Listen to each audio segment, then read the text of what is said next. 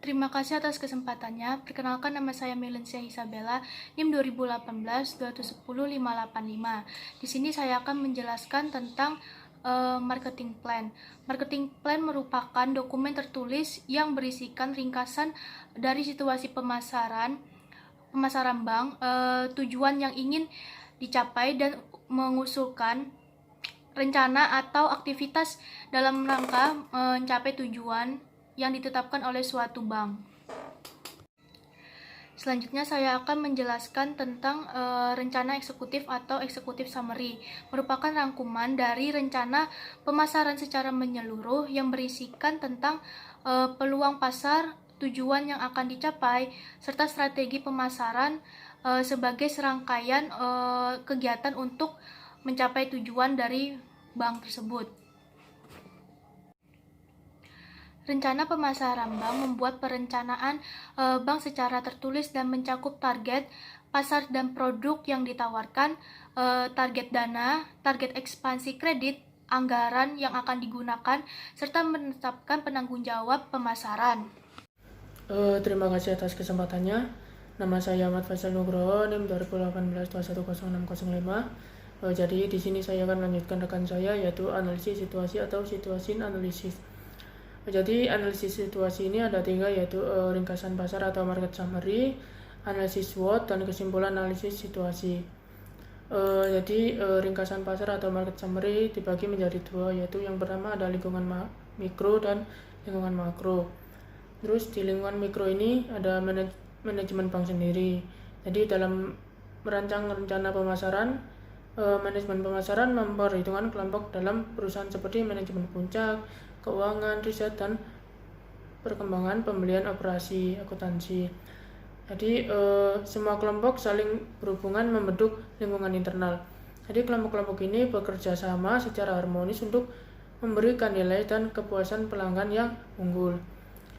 Jadi di Bank Mandiri dalam menentukan dan menganggarkan media promosi untuk mempromosikan produknya. Jadi perlu pertimbangan dengan manajer lain seperti manajer keuangan. Terus ada di lingkungan makro, ada kondisi ekonomi. Jadi lingkungan ekonomi adalah faktor-faktor yang mempengaruhi daya beli dan pola pengeluaran konsumen. Di negara Indonesia adalah salah satu negara yang memiliki pendapatan per kapita yang kecil. Oleh karena itu, masyarakat harus memiliki tabungan atau investasi yang mempersiapkan rencananya. Jadi di Bank Mandiri memiliki produk tabungan rencana yang dapat digunakan masyarakat untuk menabung dan berinvestasi guna mempersiapkan rencananya. Jadi ada kondisi politik. Jadi bank dalam mengambil keputusan pemasaran sangat dipengaruhi oleh perkembangan dalam lingkungan politik. Di lingkungan politik terdiri dari hukum, badan pemerintah, dan kelompok LSM yang mempengaruhi atau membatasi berbagai organisasi dan individu di dalam masyarakat tertentu. Jadi di Bank Mandiri merupakan badan usaha milik negara, sehingga Bank Mandiri juga harus memperhatikan peraturan yang diatur untuk mengatur BUMN, seperti contohnya peraturan pemerintah nomor 45 tahun 2005 tentang pendirian, pengurusan, pengawasan, dan pembubaran badan usaha milik negara juga. Jadi ada kondisi sosial budaya. Lingkungan budaya terdiri dari institusi dan kekuatan lain yang mempengaruhi nilai dasar, persepsi, selera, dan perilaku masyarakat. Jadi karakteristik budaya yang mempengaruhi pengambilan keputusan pemasaran adalah ketergantungan pada nilai-nilai budaya yang perubahan dalam nilai budaya sekunder. Terus ada teknologi. Jadi lingkungan teknologi adalah kekuatan yang menciptakan teknologi baru, menciptakan produk dan peluang pasar yang baru. Jadi teknologi telah menciptakan benda-benda yang mengagumkan seperti antibiotik, perbedaan robotik, alat-alat elektronik, terus komputer, dan lain-lain. Jadi dengan adanya teknologi baru ini, maka akan menciptakan pasar dan peluang baru. Teknologi yang ditawarkan dalam tabungan rencana Bank Mandiri, yaitu ada auto debit dan dapat diakses melalui e-banking. Yang selanjutnya ada analisis SWOT. Jadi analisis SWOT ini berisi tentang strengths, kekuatan, weakness, kelemahan, opportunities, peluang, dan threats, ancaman. Untuk yang strengths atau kekuatan yaitu kemampuan internal bank dalam rangka mencapai tujuan. Jadi untuk kekuatan dari produk ini adalah bunganya yang lebih tinggi. Terus weakness atau kelemahan adalah elemen internal yang dapat mengganggu bank dalam meraih tujuan yang ditetapkan. Untuk kelemahan dari produk ini adalah pendaftarannya yaitu melalui bank. Terus opportunities atau peluang. Jadi bank mampu memenuhi apa yang menjadi kebutuhan nasabah atau memiliki sumber potensial dalam rangka meraih keuntungan. Jadi untuk peluang dari produk ini itu cocok untuk nasabah yang mempunyai dana yang lebih. Untuk threats atau ancaman merupakan tantangan yang dihadapi bank yang dapat menyebabkan penjualan dan pencapaian keuntungan menurun. Jadi ancaman dari produk ini adalah produk investasi yang lebih memberi return yang lebih tinggi. Jadi yang selanjutnya kesimpulan analisis situasi. Jadi menetapkan apa yang menjadi kekuatan dan peluang dari produk bank yang dipilih atau ditetapkan. Jadi kekuatan dan peluang produk bank tersebut adalah yang mampu mengatasi kelemahan dan ancaman terkait dengan lingkungan pemasaran. Jadi kekuatan tabungan rencana Bank Mandiri adalah bunganya yang lebih tinggi, terus sehingga cocok untuk nasabah yang memiliki dana lebih untuk menabung dan mendapatkan bunga. Terima kasih. Assalamualaikum warahmatullahi wabarakatuh. Perkenalkan, nama saya Fajar Anggara Saputro, NIM 2018 210 625. Di sini saya akan menjelaskan tentang strategi pemasaran. Yang pertama yaitu ada tujuan. Jadi tujuan Bank Mandiri pada tahun ini tuh mengharapkan kenaikan sebesar 11%, karena pada tahun sebelumnya pertumbuhan dari Bank Mandiri tersebut adalah 10,97%. Selanjutnya menetapkan target pasaran. Sebelum menetapkan target pasaran kita harus menentukan segmentasinya. Yang pertama ada segmentasi geografis. Di sini produk ini ditujukan untuk daerah Krian Sidoarjo. Selanjutnya demografis, yaitu untuk semua kalangan. Psikografisnya yaitu masyarakat yang memiliki dana lebih. Kemudian pada segmentasi perilakunya yaitu untuk masyarakat yang memiliki rencana jangka panjang atau menengah.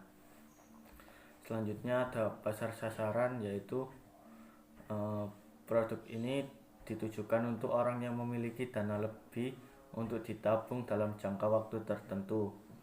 Selanjutnya ada posisi pasar. Jadi tabungan rencana dari Bank Mandiri ini bisa dikatakan sebagai tabungan investasi.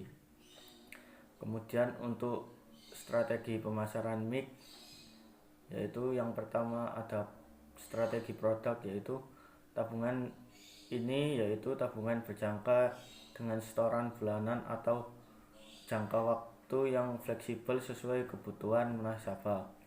Selanjutnya untuk strategi harga, yaitu Bank Mandiri menetapkan harga dengan melihat harga pesaing sehingga harganya hampir mirip dengan produk pesaing yang serupa. Selanjutnya untuk strategi distribusi, yaitu dapat melakukan transaksi lewat ATM, mobile banking, serta jika ada keluhan dapat menghubungi ke call center. Untuk strategi promosi sendiri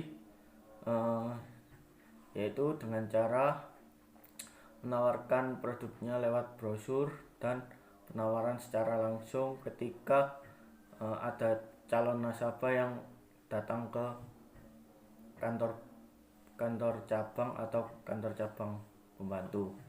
Selanjutnya dari strategi proses, yaitu jika ingin membuka tabungan rencana Bank Mandiri ini dapat melalui kantor cabang atau KCP, serta saat ini juga dapat membuka rekening tabungan melalui website dari Bank Mandiri.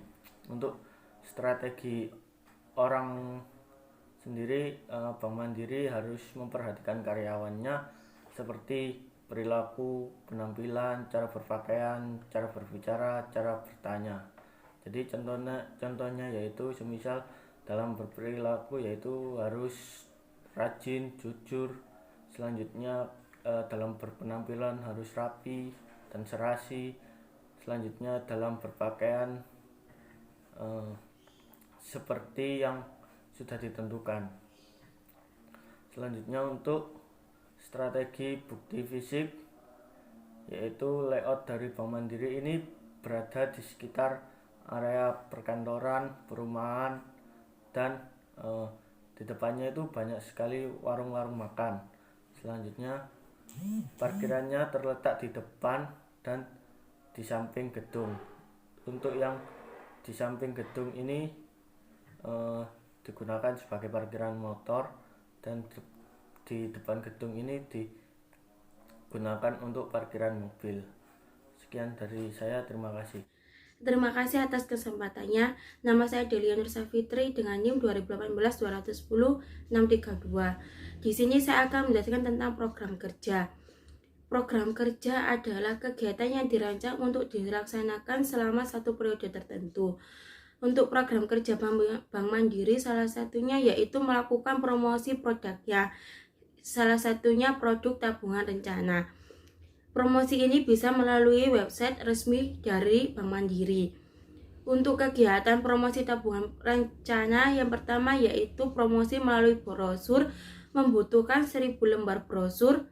Yang kedua yaitu promosi melalui banner dengan ukuran 3x1 meter yang membutuhkan sebanyak 4 banner. Yang ketiga yaitu promosi melalui koran sebanyak 2 kali promosi. Selanjutnya saya akan menjelaskan tentang anggaran biaya. Penyusunan anggaran biaya didasarkan pada kegiatan atau rincian kerja yang telah ditetapkan untuk satu periode tertentu. Anggaran biaya yang dibutuhkan untuk promosi tabungan rencana, yang pertama yaitu mencetak brosur A5 2 sisi yang membutuhkan 1000 lembar dengan biaya Rp360.000 per lembar, sehingga total biayanya Rp360.000. Yang kedua yaitu kegiatannya mencetak banner dengan ukuran 3x1 meter, membutuhkan 4 banner dengan biaya Rp15.000 per meter, sehingga total biayanya Rp180.000. Untuk kegiatan ketiga yaitu promosi koran sebanyak 2 kali. Untuk 1 kali promosi biayanya yaitu Rp9.800.000, sehingga total biayanya Rp19.600.000, sehingga jadi total untuk keseluruhan Rp20.140.000. Selanjutnya saya akan menjelaskan tentang skenario pengendalian atau kontrol. Merupakan pengendalian atau kontrol yang dapat membantu mengukur hasil manajemen atau mengidentifikasi permasalahan atau perbedaan yang memerlukan tindakan korektif atau perbaikan. Untuk skenario pengendalian dari kegiatan promosi produk tabungan rencana, yang pertama yaitu mengevaluasi dan menentukan media promosi yang cocok pada saat ini. Yang kedua yaitu memperbanyak media promosi seperti melalui Instagram, Twitter, Facebook, dan media lainnya. Yang ketiga yaitu menambahkan volume pada setiap media promosi. Yang keempat yaitu membuat konten promosi yang menarik seperti iklan atau video di YouTube. Terima kasih.